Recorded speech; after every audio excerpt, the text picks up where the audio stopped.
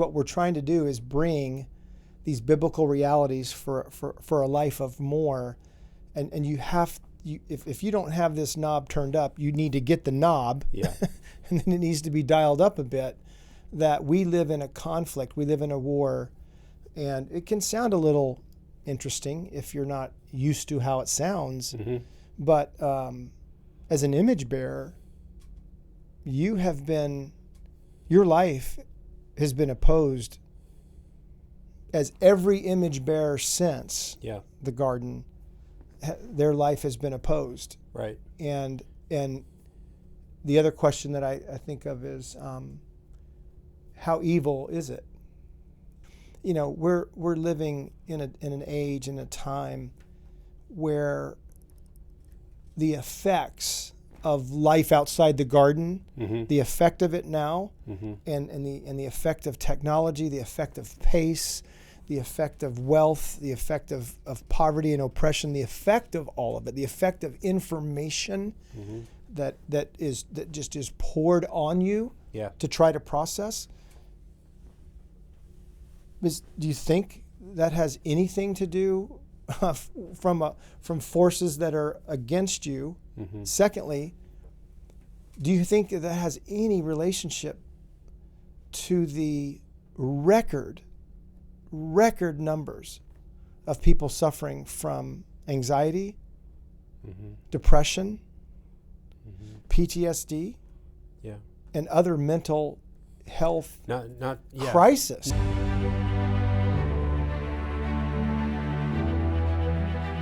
With God, there is always more. More love, more life, more freedom. Welcome to Zoe's Exploring More with Michael Thompson. C.S. Lewis once wrote, "Our Heavenly Father has provided many delightful ends for us along our journey, but He takes great care to see that we do not mistake any of them for home." Join me and the team as we explore the kingdom together, discovering the deep truths and offering encouragement for the journey. There is always more. Welcome, friends and allies, to the Exploring More podcast. Michael Thompson hanging out with SJ Jennings. We're in the middle of a series of the biblical passages. What's the rest of it? For a Zoe life. Yeah, the biblical realities. Biblical realities of a kind Zoe of taking life. some of the scripture and applying it to this way of living. And we're taking the semi-pro, semi-professional theological approach. We are. They say if you spend 10,000 hours on any one thing, you become an expert. Yeah. It's. Think you've done that much? Bible? Yeah, general Bible theology. Yeah. That's interesting, man, because when I hear you say that, and I think of, some of those who there's quite a biblical prowess to their doctoral degrees and theology. Yeah, sure. And, it's interesting in light of what we're talking about, and particularly this episode on warfare, mm-hmm. Because that is a biblical reality of a Zoe life. Mm-hmm. We believe significantly that the scriptures are a story, a love story, mm-hmm. for sure, but also there are forces involved that have made this a war. That there's a kingdom of darkness, a kingdom of light, and we live in the middle of this conflict. We're a part of it, and wildly we're not allowed to be neutral. Mm-hmm. It's one or the other. You're with me or you're against me. Jesus says stuff like that, and you're like, wait, what? Mm-hmm. And so back to the theological and those who even 10,000 hours studying the scriptures could make you an expert on the scriptures, mm-hmm. but may not make you an expert on the scriptures and how this works. Right, and living them. Yeah. Right, it's a living word. And we see it too often, mm-hmm. And it's very, very out in the open, out in front, out mm-hmm. in culture when Christian leaders make moral compromises and go down into places that it can be disappointing, it can be shocking, it can be hypocritical, it can be lots of things can get thrown at that. But why this applies to what we're talking about is we're not that shocked. Yeah. It's disappointing, it's sad, and yet we've come to see this warfare as a part of our story, and an enemy, as John 10:10, Jesus says, right? I came that you might have life, Zoe, and have it to the full. Mm-hmm. But there's a previous little phrase that says the thief comes to steal, kill, and destroy. And so in this episode, SJ, I thought we can just kind of bounce around some of the warfare pieces that scriptures have. And I know that one of the big reasons why I wrote King Me a few years ago had everything to do with power and authority, and how the enemy is trying to. You said this in the Good Man series. We just watched it with a bunch of guys the other night. Yeah. He's not a creator, the enemy, Satan. He's a corrupter. Yeah. And C.S. Lewis would agree with you that that evil is just corrupted goodness. Mm-hmm. Yep. And so, when we get our arms around, I think this reality, this biblical reality, you're moving in the right direction. Mm-hmm. It's not the only biblical reality. What is this, episode 4? Yeah. So we've got a few more. Oh, yeah. But I just want to stay up here with me a little bit. So we're going to take a break. But when we come back, before we get into the passages, let's just kind of keep talking about the context, the spirit of it all, the higher vantage point of all of this, because I think it, even if we just spend a little bit of after the break, it's really helpful to, when you get into specifics of why not only the Gospels, but why the epistles all talk about this, like all of them. All of them. And so we'll expand on that. We'll explore more about that on the podcast. We'll be right back after this break.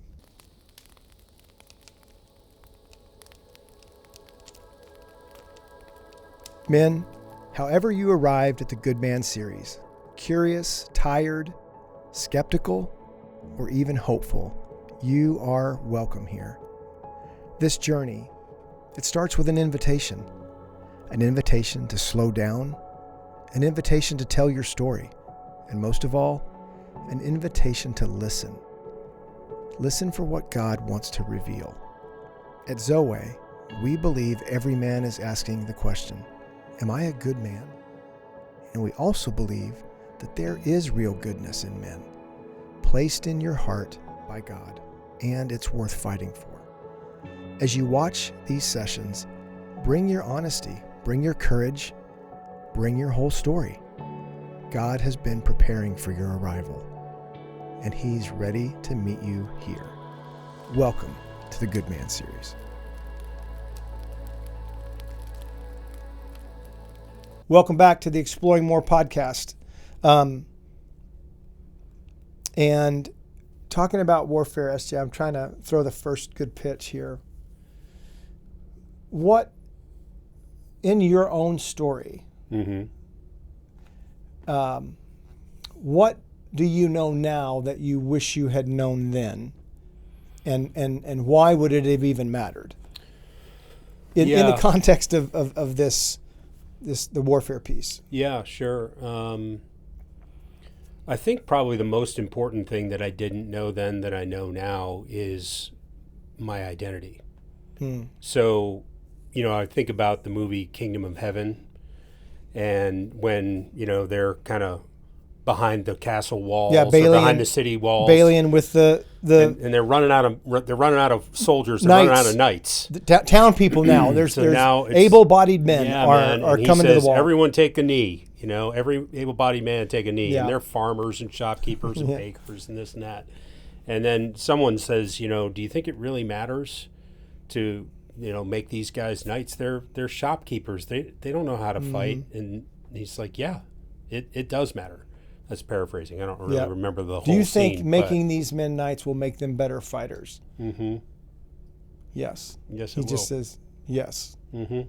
So knowing your identity in the midst of going into battle, entering into the context of a battle, we're at war. We've talked about this before, Yeah. right? We're in the land of Middle Earth. We're in between. Yeah, the Matrix. There's dark forces of darkness, forces of light. Anyway, go back and watch the episodes about the map, Yeah. 2 Realms and 2 Kingdoms. But I think, if I had known more about my identity and the power and authority that's been granted to me, it could have made a difference in some of my journey. Oh, no doubt. Yeah. It doesn't. The wild thing. I think there's a misconception. If you asked me the same question, I would say I would. there was a misconception that somehow that's either taken care of, or I think The battle was won on the cross. it's or it's just kind of happening somewhere else. And so it wasn't relevant, and that was a problem. I think when I was I'll be 62 this month, and but when I was in my 30s, mid to late 30s, I had done. We were talking about this off camera before the episode. I mean, I'd done a lot of church, 10,000 hours, like you just mentioned, 10,000 hours. Yeah, you probably had that by the time you were, 18. Sixth grade, eighth grade, but the 2 characters that I heard that were in the story that I was in, the 2 prevalent stories, the 2 prevalent characters was God and me. Right. And so say that thing that you usually say when you talk about God and me, like if something's well, if there's a problem, right, it can't be God. so it's me. And Gotta be me. when that's the only 2 characters in the story, that is an ongoing problem. And underachieving, unable to do it better, do it right, and the emphasis we've talked about many times too on a smaller gospel where the focus is on sin and the cross. So if those are the only 2 colors in your story about the gospel, and the only 2 characters in your story are God and you, you're going to come to that conclusion. I don't know how you can't. Right. And but when in my 30s, and I knew there was a Satan. I knew Lucifer's story. I knew that. That I knew the biblical reality of that. I didn't know the reality of how that was playing out Right. now. And so when you bring an overlay of war and warfare on this, I think it makes a whole lot more sense. I think it's that I knew it. Yeah. I knew there were more colors. Yeah. I knew there were more characters. I didn't know what they were, and I didn't know how it all worked together. But in this series, what we're trying to do is bring these biblical realities for a life of more, and if you don't have this knob turned up, you need to get the knob, and then it needs to be dialed up a bit. That we live in a conflict, we live in a war, and it can sound a little interesting if you're not used to how it sounds. But as an image bearer, your life has been opposed, as every image bearer since the garden, their life has been opposed. Right. And the other question that I think of is, how evil is it?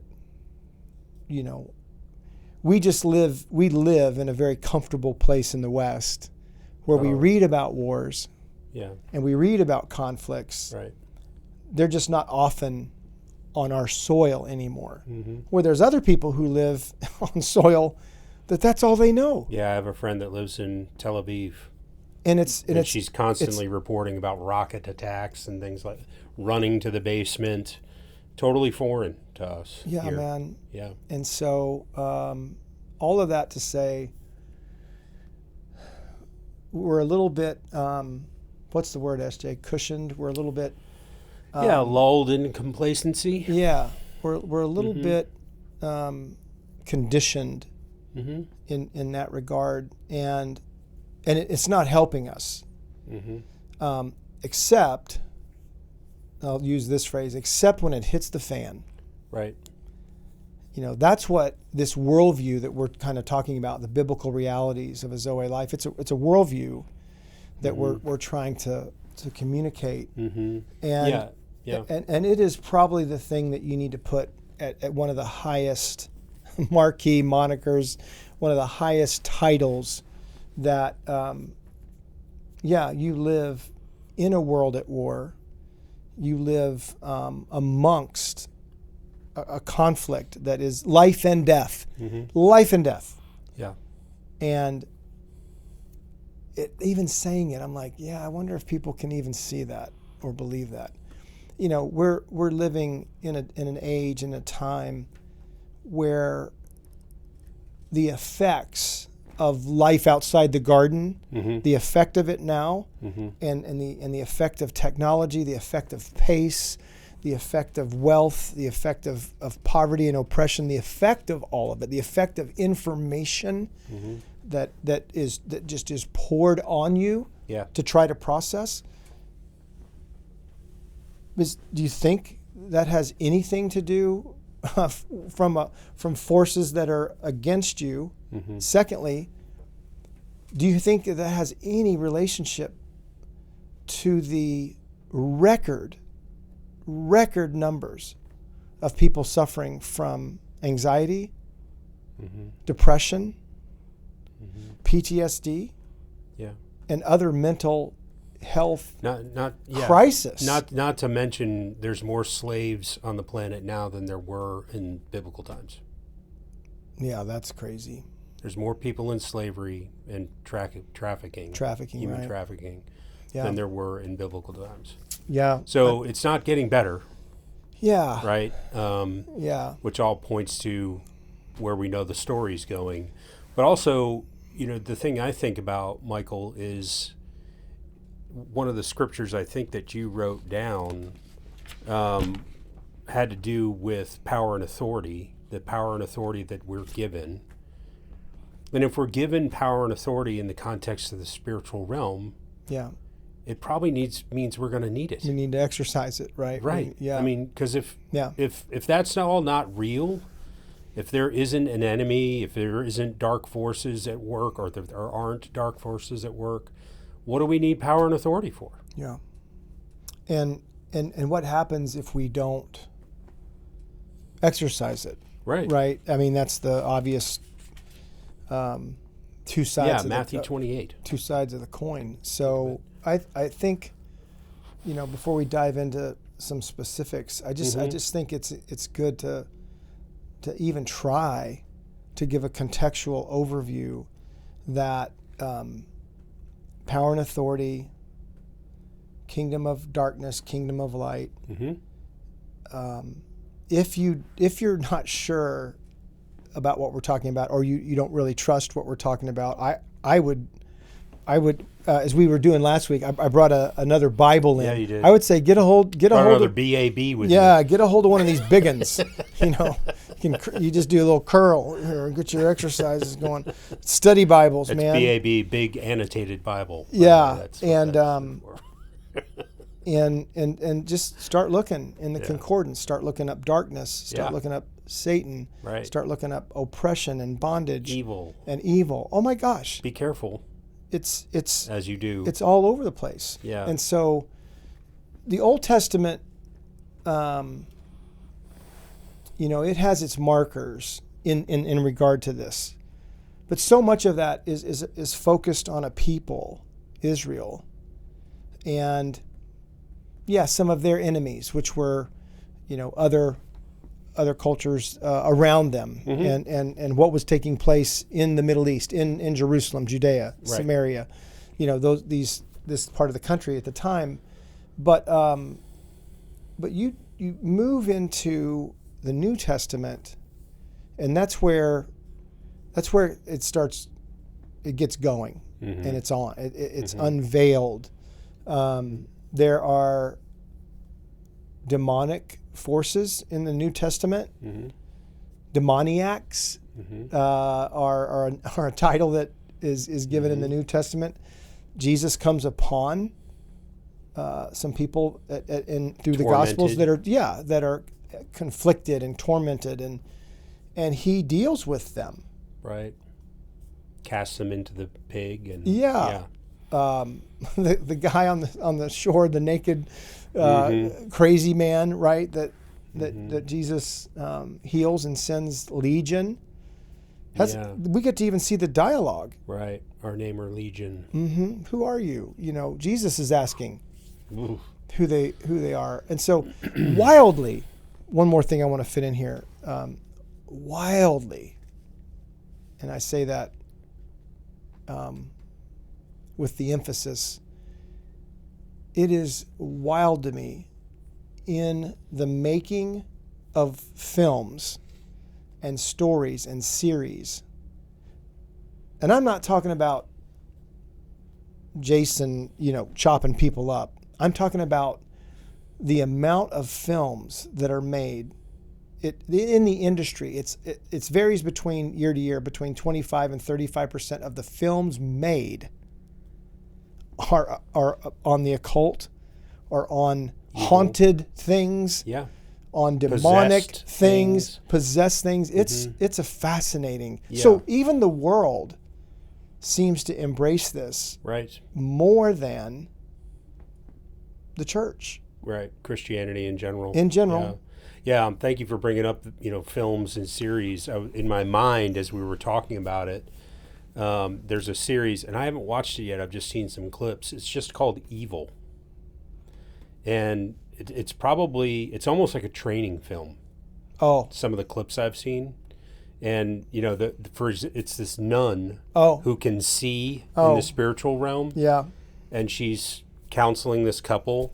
And she can see the foul she can see the demon in their between marriage. them. Yeah. Right.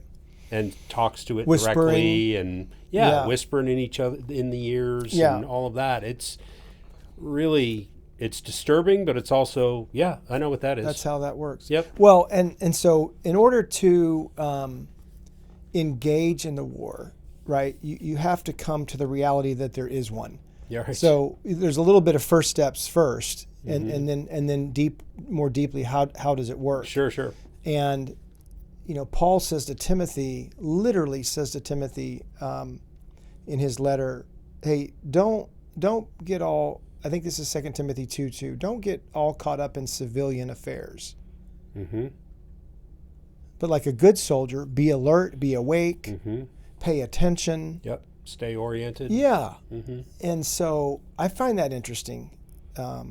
That he would use that kind of language. He would use that kind of language. And Paul does that a few times. In Ephesians 6, he talks about the armor, and he's basically dressing up or dressing down a Roman soldier and his attire. But translating it to the Christian life. Yes. Right? The breastplate of righteousness. Yep. And so on. Yeah. Helmet Sword of of the truth. Spirit.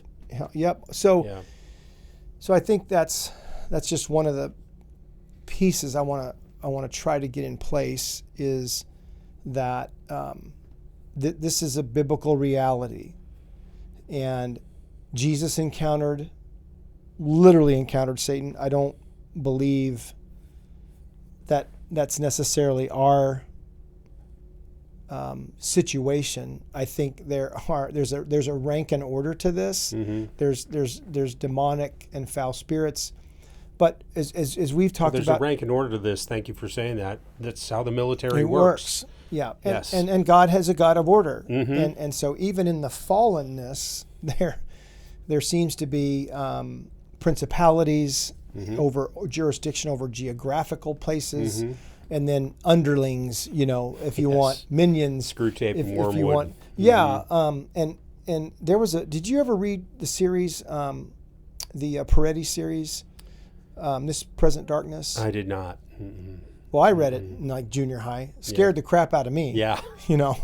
Before I had some context for everything. But Yeah. it was kind of like the other series that came out a little later on the apocalypse. Left Behind. Left Behind series. I remember listening to those. Those were books that I read and listened to when they were on. When you got a book on CD. This was before. Man. Yeah, multiple CDs Yeah, sometimes. exactly.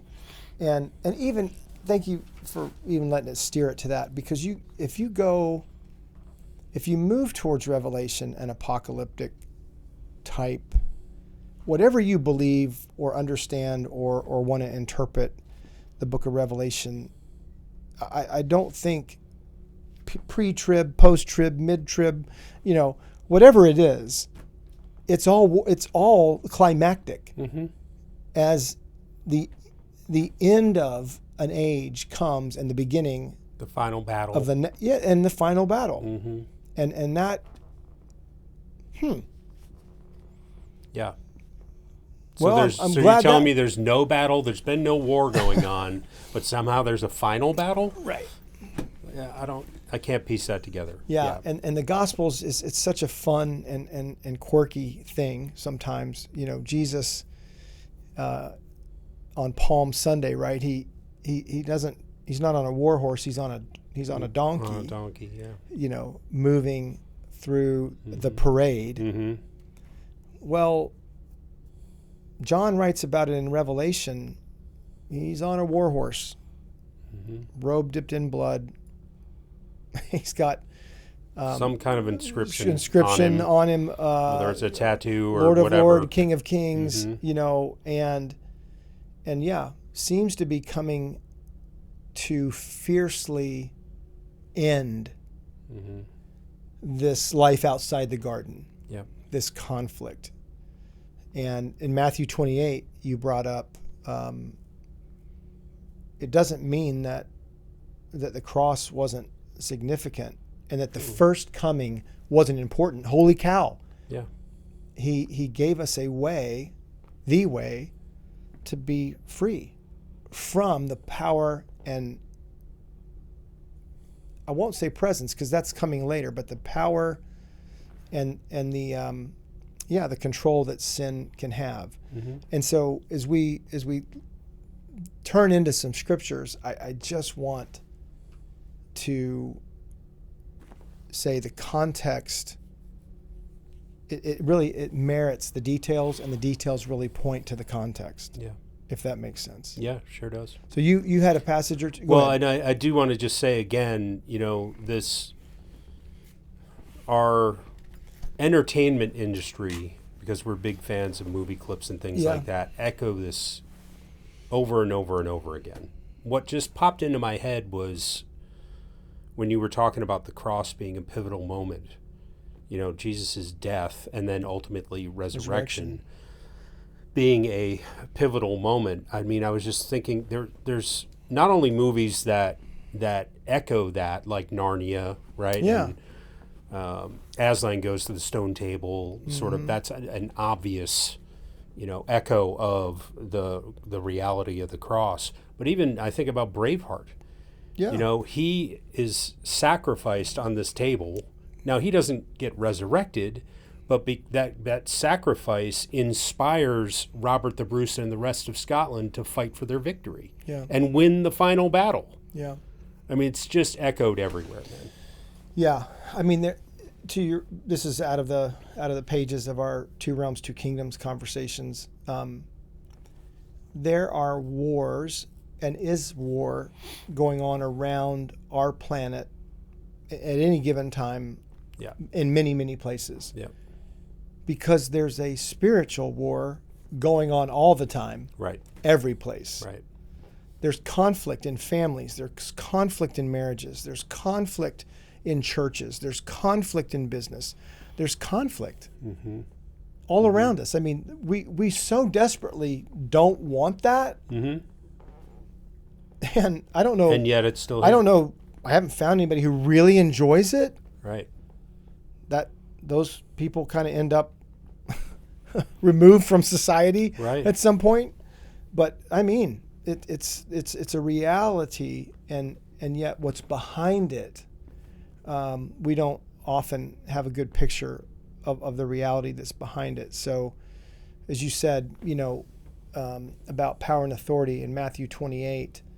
Well, if you go to Luke 3 and 4, and we talked about the baptism, we talked about why Jesus came in an earlier episode. Well, right after that is the Spirit of the Lord leads Jesus into the wilderness for this conflict, this skirmish with Satan, and it's over.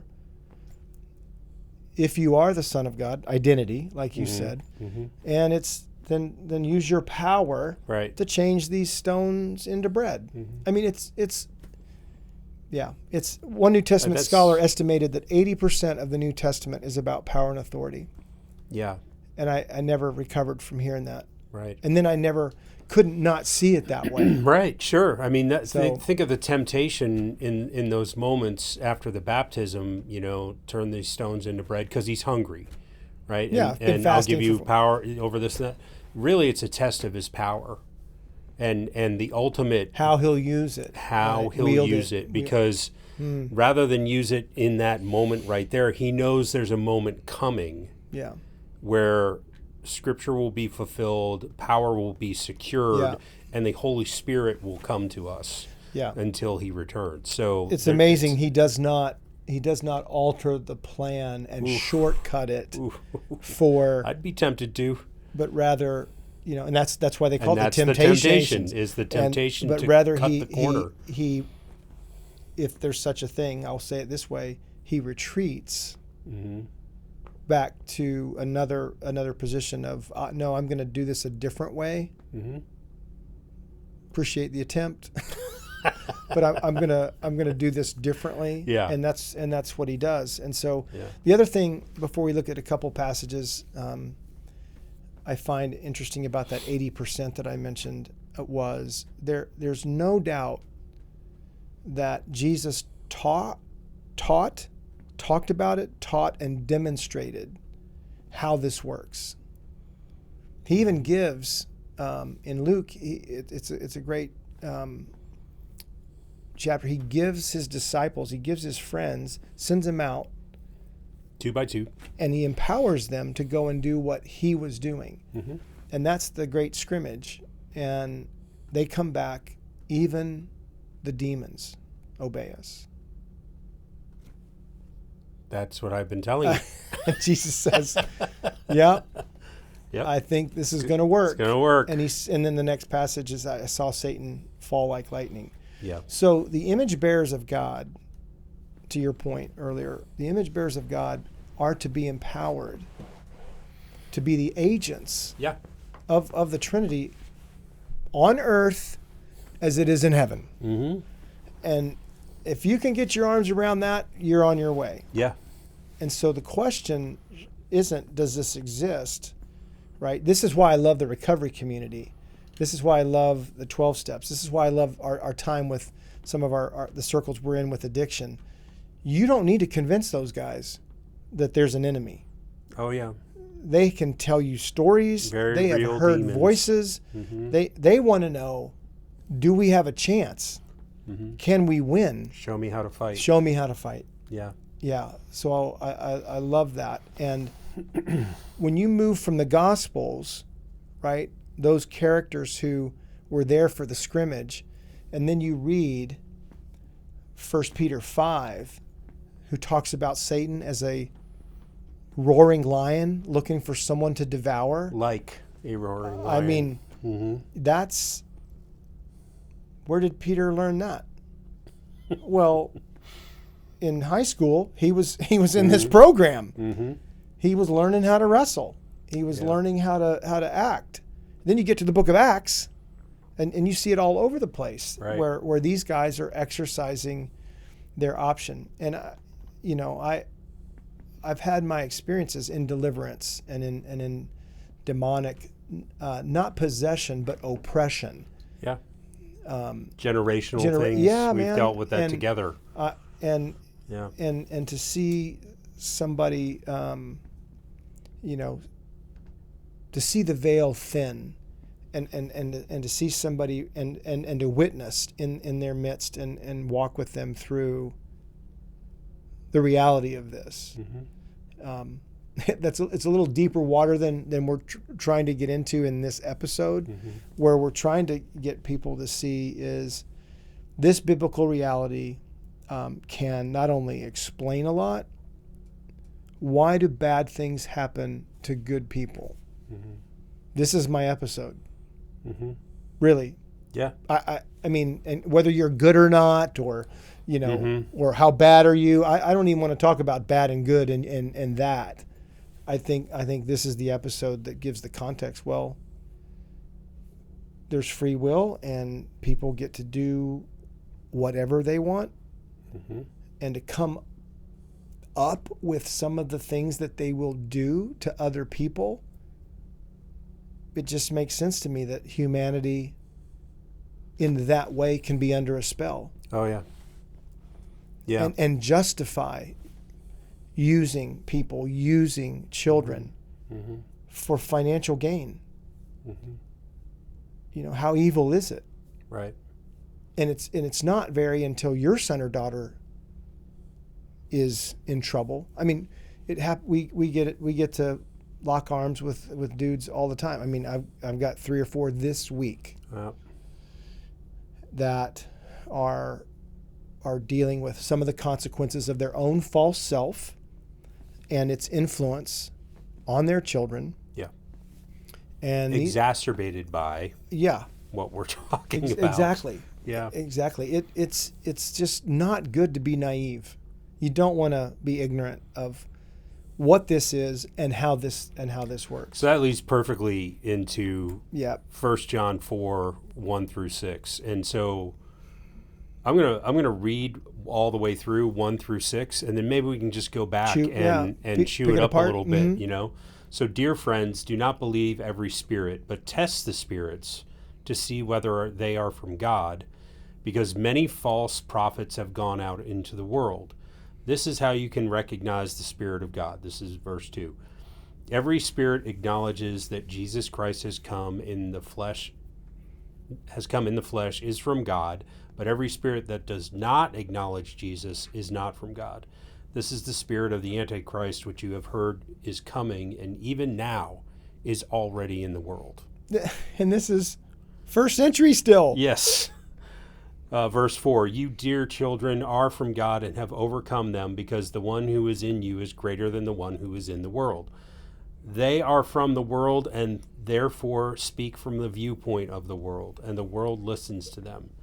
Verse 6, we are from God, and whoever knows God listens to us, but whoever is not from God does not listen to us. This is how we recognize the spirit of truth and the spirit of falsehood. Okay, wait a minute. This passage is talking about voices. Yep. And I was going to bring it up earlier, but I wanted to wait until we shared this, because we've said it many times. Do you believe that every voice in your head is your own? And that's that smaller story. Mm-hmm. That the enemy doesn't exist. It's God and you are the characters. Yeah. And so That's a big part of the plot point of Screw Tape Letters, yeah. is not being discovered Yeah. No. by the subject Mm-hmm. of their attention, right? Yeah. And if Jesus called him the father of lies, SJ, the implications are there's lies. Mm-hmm.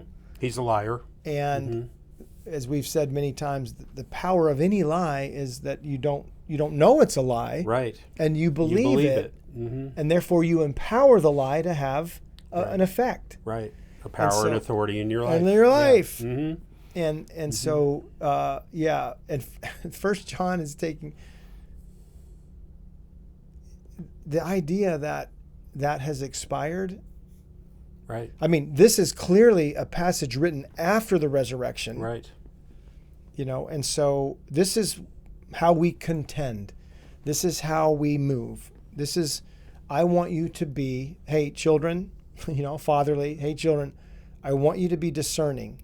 Mm-hmm. I don't want you to be unwise. Mm-hmm. I need you to have your wits about you. Mm-hmm. Not every voice you hear or thought you have is your own. Right, because at this point, the Spirit is indwelt within you. He's talking to believers. Right, so it's not like Jesus is standing in front of you talking to you. That made it pretty easy to discern what Jesus would. Yeah. If it was Jesus speaking or some other spirit, it's pretty easy when he's the one standing in front of you speaking to you. So now, in this context, in the same context we're in now, we have to have a different level of discernment. Yeah. And understand who it is that's speaking to us. And take thoughts captive. Yep. Bring them to the obedience. Mm-hmm. This is power and authority. Mm-hmm. Yeah. The Ephesians 5 passage. So that's John. Yeah. Let me 5:15 through 16. Yeah, I've got it on the amplified version. I love. Therefore, see that you walk carefully, living life with honor, purpose, and courage, shunning those who tolerate and enable evil, not as the unwise, but as wise, sensible, intelligent, discerning people, making the very most of your time on earth, recognizing and taking advantage of each opportunity and using it with wisdom and diligence, because the days are filled with evil. Yeah, that's not the last of Paul's warnings. No. On this. And just before that, I think he actually talks about the family. Husbands and wives and children and fathers and children. Husbands, love your wives. I mean, Christ loves the church. Yeah. Yeah, and just make and then we go into the armor in Ephesians 6. It's what's interesting about this amplified passage to me is how clear it makes it. See that you walk carefully. Okay, I tend to be a pretty careful guy, but shunning those who tolerate and enable evil. Yeah. Like, if there's something evil in your life, somebody that's unhealthy for you, somebody that crosses over boundaries you have, someone that mistreats you, someone that abuses you, Paul's saying shun that person. Yeah. Distance yourself from that. Yeah. So, and that, I mean, we're talking with a guy that is really struggling with codependency. And it's hard to shun someone if you're codependent on them, right? And you're okay if they're okay. Yeah. And when they're not okay, somehow it's all on you. Right. To manage. Yeah, it's brutal. And so in this case, what we're saying is that whole system that's working in that particular individual, how did that get there? Yeah. Where did he learn, even if you learned it badly, where did you learn that that's how relationships work? Yeah, and so, thank you for saying that, because that is the, because I've read passages like this, since I became a Christian, and I'm like, okay, I see what that says. I think I know what it means. I don't know how to do it. Because there's something in the way of me. Yeah. So we've talked about the false self and wounding and all of that, vows, agreements, all of that getting in the way of our relationship with God. Yeah. But it also gets in the way of our ability to actually walk the way that we're prescribed to as Christians. Yeah. So this is this warfare piece that we're talking about today is not just some kind of segment that's removed from the holistic message, walking this way biblically, the biblical realities of living the Zoe life. It's very integral to it. And so that then, if that's true, these other parts seeing your false self, awakening to how it's operating, tracing down the wounds that generated it, becoming free from the agreements and vows that you've made based on those wounds. Right. It's all integral in this whole thing. There's nothing that is. I want to ask you a can take crazy question. piecemeal. Yeah. Because I think it's another part of the the commentating that we're trying to get to. So how, if you could quantify it, what's the number that you would give to the category of I've been sinned against this many times? The number? Wild guess. Yeah. I've been sinned against this many times. Mm-hmm. Not I've sinned. Mm-hmm. It's different. I've been sinned against. Yeah. If I could do the calculus quick in my head and say, I'm in my 55th year on the planet, and if what is it, 10 times a day? How many days is that? Two times. It's almost like, Yeah. 7 times 70, we're supposed to forgive. It's this unlimited number. Yeah. Our next episode we'll be talking huge. about the heart. Sure. And how that is a biblical reality Mm-hmm. to part of this big conversation. Mm-hmm. But yeah, it feels countless to me. Okay. If it's 850,000 times, Okay. or if it's 8 million times, Yeah. curses, mishandled, made fun of, mistreated in any way, taken advantage of. Right. Overlooked, abused, whatever. I mean, keep going, right? so, yeah. Or, okay, let's just a couple 100,000 times. Let's just lower it. What is the effect of that? It's brutal. What is the effect of that? And we're not even talking about what you're doing. We're talking about what's been done to you. Image bearers that somehow, some way have been used by an enemy to in an attempt to inflict some kind of lie through pain and suffering. What would that what would that look like?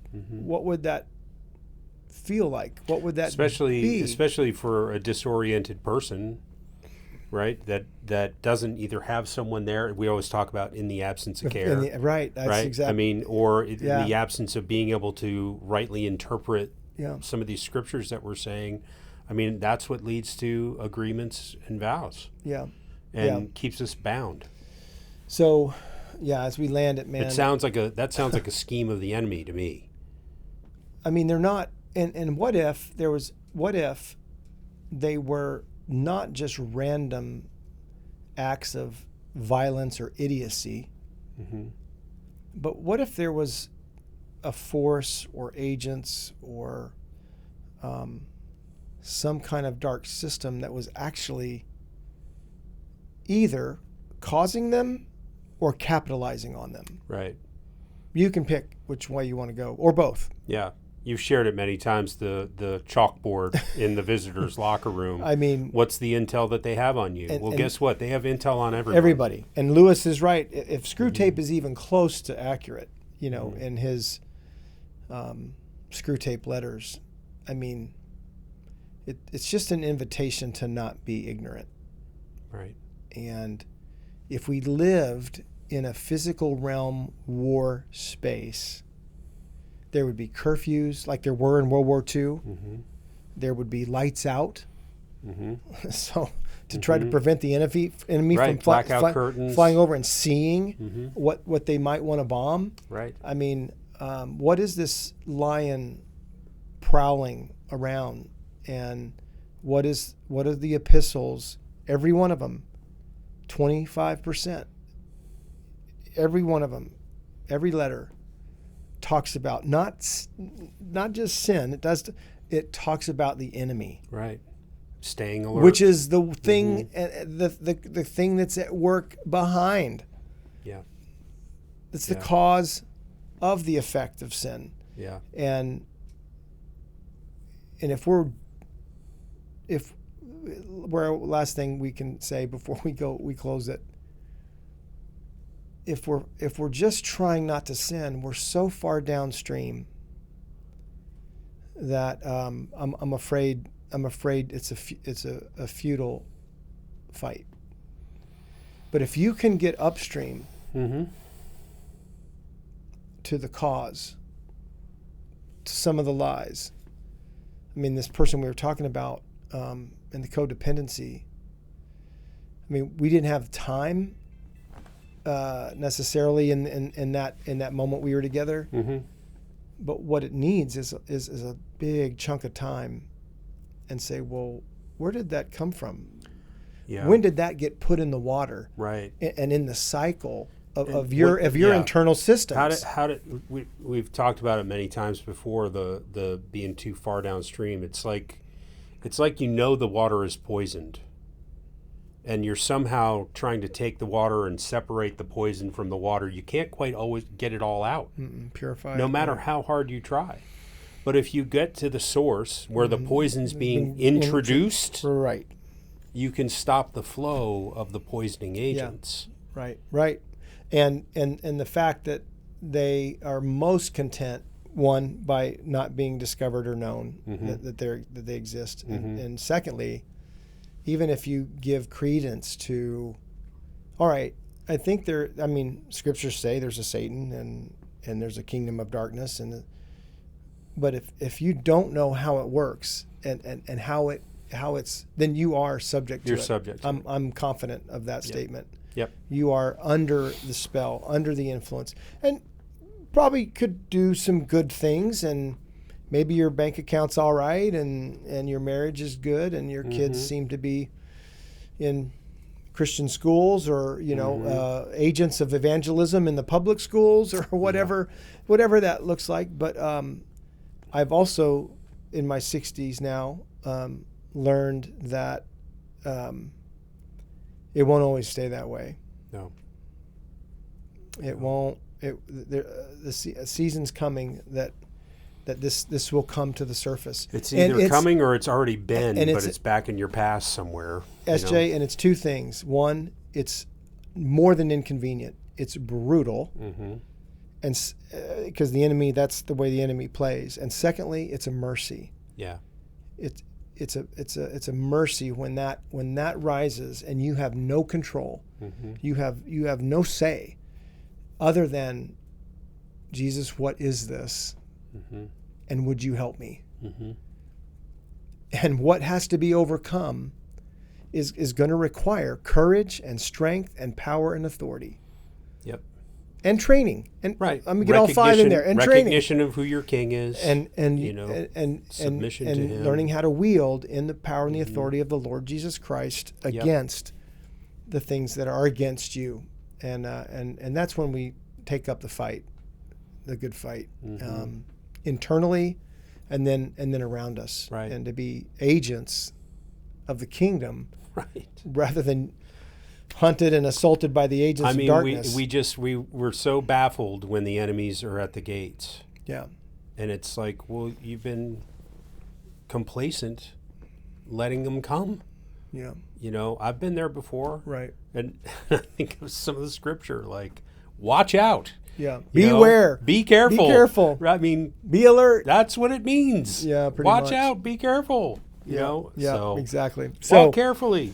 Anyway. So so many we passages. could do a 4-hour podcast on and this we subject. have. And we have.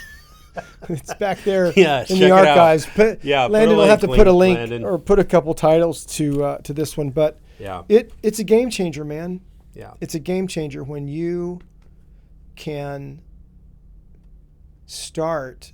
If the victory is ours in Christ, I still believe deeply we have to enforce it. Right. I heard it years ago. We don't fight for victory; we fight from victory. But we still fight. And we still contend, and we still have to lean in kindness and in strength. There's nothing more powerful than love, nothing. And yet, do we wield that? Going back to Braveheart, man, one man protecting his home is more powerful than 10 hired soldiers. I mean, just recognizing what's put in your charge. We as have a more good security. king. We have more security systems on our computers, our Uh-huh. homes, our cars than we do our own hearts, and We'll that talk and that's about what that we'll talk next one. about. That's a good lead in to next. Mhm. So, hey, thank you for being with us for the biblical realities of a Zoe life, particularly this episode on warfare. And for more, I hope Landon will give you a list. But I'd invite you to look at one of the books, Heart of a Warrior or King Me, that I got to write in the last couple years, and then 10 years ago.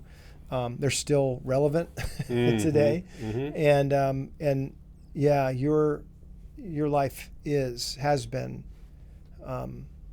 opposed, but we don't have to live under those spells. And so I would encourage and invite you to take on some of those chapters in those books, because it not only identifies it identifies how do you get free from all that. So. Yeah, and if you've enjoyed our content and have been maybe helped by it, we'd enjoy it or encourage you enjoy it. We'd if enjoy, you would, if you would join us in crowdfunding Zoe. We're a crowdfunding organization. Partners like you make this podcast and the other resources we create possible. So if you visit zoe.org/give and maybe join up, that'd be really helpful. And starting this fall, after this podcast, we are looking for sponsors. If you want to sponsor a series or sponsor an episode, starting in the fall, we would love to have you partner with us in getting this encouragement out and to sponsor that. And so, just email us, sj@zoe.org, michael@zoe.org, exploring more at zoe.org. And we'll be glad to help set up sponsorship. So, hey, thank you for being with us on the Exploring More podcast. We'll see you next time. We hope you have enjoyed this episode of Exploring More. The landing page for this podcast is zoe.org/podcast.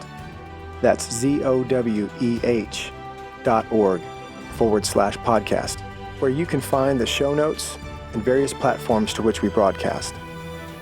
You can also find us and the Life of More by visiting Zoe on YouVersion Bible app, Right Now Media, our Facebook page, and Zoe on Instagram and Twitter. Remember, with God there is always more, and you were made for more.